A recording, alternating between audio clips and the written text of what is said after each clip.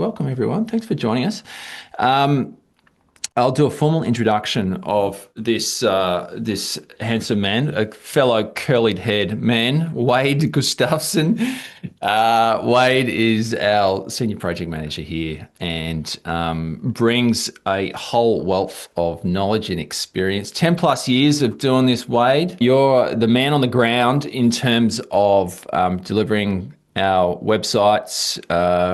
You've got your ear to the ground. You see what's happening generally out there in the world. There is a lot of change and disruption that is happening. And one of the questions we're getting asked a lot in the world there is, do I still need a website in this AI driven world? People, their best friends, ChatGPT, Perplexity, Copilot. Do I still need a website? So I guess that's what we're trying to unpack today. Your website versus this AI driven chat agency. Because it is changing how people are finding businesses, how they're building trust, and how they are interacting and transacting online. So, really, what we're going to do is run through what is changing, what's not, and how you may want to consider adapting and evolving. So, wait, what is happening out there in the world? What are we seeing in the trenches? Yeah, well, the rise of AI is definitely upon us. So we're getting quite a lot of interest in this with our clients that are coming to us directly and how we use the internet in general. But you're seeing a lot of rise in things like ChatGPT, Gemini, and Perplexity, like you were saying there, in terms of people being able to get all their answers directly on there instead of using search engines traditionally or websites in general. So you are starting to see a lot of the zero click sort of stuff come through, which is when someone does go in and manages to get their question fully answered without having to do anything at all. Yeah, pretty big changes. SEO and stuff like that, definitely still a key player with making that happen. But yeah, it's a big change compared to what we're used to seeing over the last. Yeah, and I think there's a lot of doom and gloom around this sort of zero click that no one's going to be going to websites anymore, and everyone's going to get everything within these with these agents. But like the reality is, to this point in time, like Google is still responsible for like 90% of Australia's search engine traffic. And literally this month, they've launched their AI mode. So you've probably seen this rolled out. If you go to Google, do a Google search, there's a little button there on the right-hand side that essentially allows you like jump into AI mode. And largely the interface is very similar. Like if you've used Gemini, essentially, it's that with a slightly sort of refined search engine results page. So an example would be, hey, I'm visiting Melbourne. I really love drinking margaritas, and I'd love to find like the top three margarita bars in Melbourne or something like that. So it's quite a like detailed question that then will go and do its thinking, its research, summarize that for you in an extended version, and then provide links out to those respective locations. So really like that's Google's response to trying to keep people in their ecosystem. So it'd be interesting to sort of see how that evolves. I've had a little bit of a play with it. I feel like a better question to generally ask there in the world is, well, it's not do I need a website? Is like, is my website AI ready? And we are going to be putting forward a somewhat compelling case into why we think the websites still have some relevance for some time to come. So, what does this mean for businesses out there, Wade? Yeah, well, the big thing that a lot of people may not understand or not fully realize yet, at least, is that these AI models do need to be trained. And the information they're getting predominantly is all coming from websites. It's all publicly accessible info from the web. So your website is what's essentially telling these AI models what to show. Uh, Yep. so if you're not out there, if your brand isn't referenced in any way, if you don't have your site out there, then you're practically invisible when it comes Hmm. to these AI search results. Um, and while we're sort of talking on the brand side of things as well, like the AI is still pretty generic, you know, when it comes to how it behaves with you, and it's not like a personalized sort of thing. It's not building up that like emotional connection that your website or your brand in general would have. So customers are still going through. They might be searching for something in, say, GPT or Gemini, or just using their phone AI and stuff like that.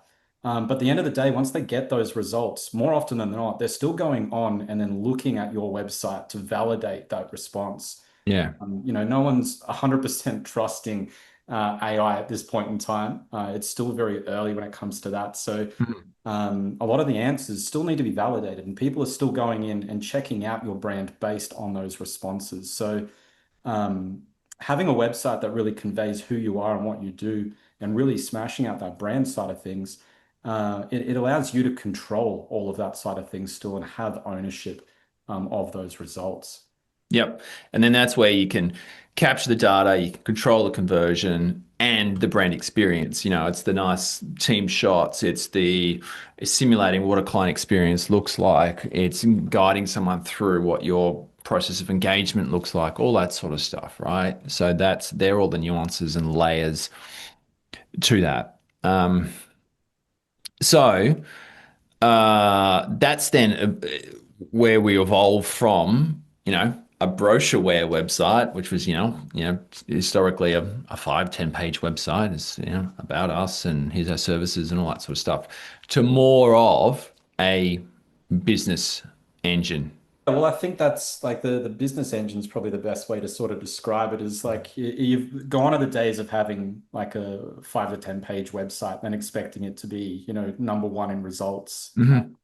There's definitely things that'll get you more traffic or more activity in terms of AI results, and that's having that larger scale, being that one-stop source of information for your Yeah. industry. So really sort of elevating that, um, like you can see in what we've got written in here, just being like a super high quality. It's easy to crawl for search engines and AI. Hmm. There's not just like poorly structured content or no schema data, or you know, just really the generals behind SEO, they still stand firm, and content is still a very big player when it comes to this sort of stuff. Yep. Um, and then really making sure that we've got a conversion system for leads. So that's where, your CRMs, your AI enabled chatbots. So there's a whole bunch of tools out there. We're actually just about to roll out our own internally built and trained chatbot based on 20 years of historical, sales conversations, customer service conversations, all that sort of stuff. They get pulled into automations. You've got interactive tools. So examples of that would be like, calculators and all that sort of stuff. So that's then where ultimately we're trying to sort of capture the lead on the website. So, um, like if we've got a client's literally, started a new business, they've launched a new website, looking at it through that lens. If I was completely starting from scratch, what are the 5 key things that Wade G would do when launching a new site to make sure that he's getting found and referenced in the land of AI? Yeah, well, definitely the first thing, and probably one of the key things in general for any website, even without the AI rise, is just ensuring the site is indexable. It can be crawled by a search engine, it can be found. That's probably the key thing straight Mm. off the bat to do. And the Um, irony here is these AI tools are still using like scraping Google's index, right? So it'd be interesting yeah, to see how long that's allowed for. yeah, exactly. Like the fundamentals of the industry haven't really changed all that much. We're still wanting to keep this sort of stuff in play, especially while AI is so heavily reliant Yep. on the publicly accessible stuff. And then going through and doing a bit of a deep dive and optimizing things like your Google business profiles, smashing out those positive 5-star reviews, Yep. creating actual dedicated pages for each of your products or services and Mhm. categories as well Yep. is such a good idea. It really helps sort of promote that growth. Submitting yourself into relevant business directories as well, or niche online directories. That always helps, just sort of put that name out there a little bit more.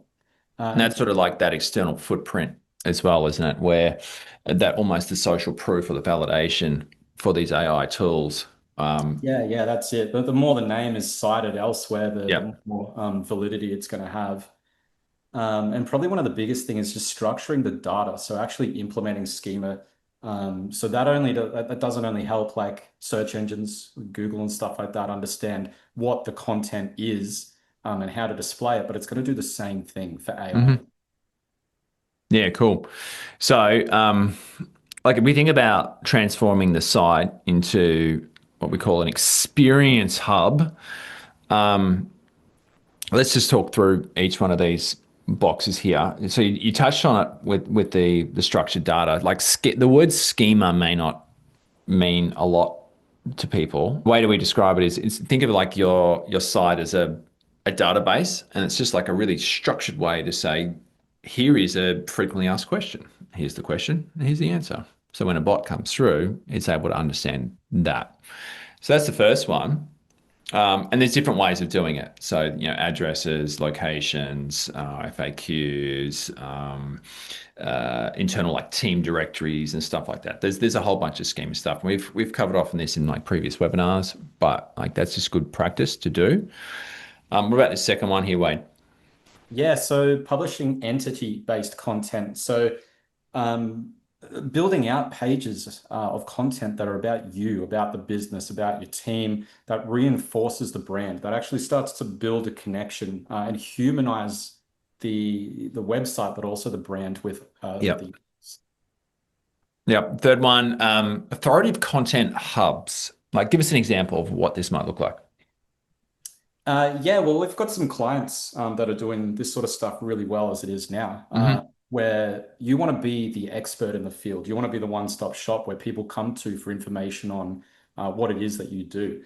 So building out like really good in-depth blog articles, not just like short little ones that may not align to any particular strategy, but something Yeah. that really helps build the confidence or teaches or trains in certain things, really gives a proper understanding of the field or the topic that you're in. Hmm. It just really helps validate you as a business or as an employee within the business or a team member, but also for search engines and AI to be like, well, these guys are pumping out like really long form content. It's super informative. It's getting that interaction. Well, we're going to start putting them into our AI search results as Yeah. well. And I think the key word there is depth. Yeah. And making sure that it's very siloed as well. So very laser focused and then deep. And there's lots of different ways to do that through content. Right, this fourth one, optimizing for conversational queries. Yeah, well, you've got to try and think the way that the users are thinking. So, what are they typing into search engines? What are they typing into AI? And then how you can leverage that in your website. So, adding in things like the FAQs or people also ask in a way that answers those questions. And you can just test that yourself by jumping into things like ChatGPT or Google and typing in Hmm. some questions and then just seeing Yeah. like, Yeah. suggested questions and pretty much just basing things off of that. Yeah. Even Google search results, you type in a Yeah. query and then it's like people also ask. And like that's just fodder for more content that you can create. So very quickly you can go and build out, literally hundreds of questions that can be answered. Strengthening digital trust signals. How would you do that? Yeah, so keeping up to date with all of your achievements, really. So if you're getting those Hmm. 5-star reviews, making sure they're prominent on the website, Yep. linking back to things like your Google My Business or Google Business Profile Hmm. for them to leave reviews as well. Showing logos of people you deal with or that you've worked with or that you're partnered with. Yep. Adding in all of your awards or certifications, that sort of thing. If you've got a team profile section, adding in like their credentials, all that Yep. sort of thing will definitely help. Awesome. And then, as we said, like really, it's just connecting it to all the other behind the scenes stuff, your CRMs, your automations. You can do lead scoring, all these other tools that ultimately allow you to capture your clients' details and then where they sit in your sales funnel or engagement process. So there's some things to think about. So I'd encourage everyone to go away, audit your website. How are you providing that experience? Because really, like long term, business owners need to be shifting from relying on search engines to building memorable brands that own direct, lasting relationships with the audience, because that's something that AI cannot replace. Because who knows, like maybe Google is still relevant. Maybe ChatGPT introduces ads in the next few months. The traffic is going to come from somewhere. So Google have had it very good for very long. But I don't fundamentally see the principles changing in and around that. So what might change? Wade, if we were to sort of tie a nice, neat bow around this. Yeah, well, the biggest thing is probably just the brand experience itself. It can't be replicated, like you said, through GPT. It's Yep. really, robotic when you're looking at AI. So still having a place for that brand to live, Hmm. be able to build the trust. And the big thing is as well is like your website is yours. You own and control Yep. the website. It's your Yep. content you're putting on. It's your pathway to conversion. You own that sort of system. And it's Yep. really one of the only things that you do 100% own, without some form of control being limited from like a platform or third party. Yep. Um, and then, yeah, user experience, probably the biggest thing as well. Making something that works well for the user, that solves their problem or challenge, Yeah. leads them through to you, in a way that isn't clunky or, for lack of better wording, just looks ugly and is not something Yeah. I want to Yeah. do. And that's the emotive thing, right? It's the images, it's the presentation, it's the polish of the brand, all the touchy feelies. My parting shots. AI won't replace your website. It's just going to reveal whether your website deserves to exist. Whew. Um, uh, and if you build a brand, people remember. AI is going to remember that as well. So there's definitely a direct correlation there. And the future belongs to businesses that feed the machines. So that's more around that content play, and it hasn't changed. Like 20 years of doing this, it's like provide useful, helpful stuff that solves people's problems in and around your products and services, and you will do well, is the overarching principle there. What about you, mate? What are your parting shots? Yeah, similar to yourself, really. Like your website is still your foundation for the business. Websites aren't going anywhere. If anything, they're still as relevant now as they were before AI, if not more, as AI Mhm. is strongly relying on that web content. So yeah, AI is very, very heavily dependent on websites for its results, and the future success that you will need comes from optimizing the website you've got, and the brand, your brand, is key to do that. Love that, mate. We've got a question here from Anonymous. Thank you, Anonymous. I am a small business owner and I'm just not sure where to start with building a brand and brand awareness. Any tips to start? Well, there's a lot you can do if it's a new business. So if you're starting up, it's not something you've really looked into just yet, or maybe you've been around for a little while, but you haven't really invested too much in terms of brand. There's a lot of small things that you can do straight off the bat. Probably the biggest one is to have something that, people can recognize as yours. And the biggest thing there would be like your logos, or brand style guides in general. Yeah. That's going to be the big thing that sort of drives the brand in general. Everything sort of goes back to that brand style guide. Mhm. Um, that's definitely something that we can always work with you on, as well. So you can come up with, say, like the business name, the logo, the style guide itself, which will tell you sort of the color tones to be using, the tone of voice to be using, fonts and all that sort of thing. And once you've built that foundation of that style guide, it's really just being able to express that in different ways. So being able to brand your imagery around that, which you'd be posting on things like your social media or your website, print material. If you're a trade, you'd be able to get things like vehicle wraps based on that as well. Yeah. So that there's so much that can be done. And if you're starting up, I think that the first thing that I would suggest doing is to work with someone to get that brand sort of solidified, Yep. get Yep. anything like the logo and style guys sorted out, because that'll be like the key milestone for you to start moving forward on that. Yeah.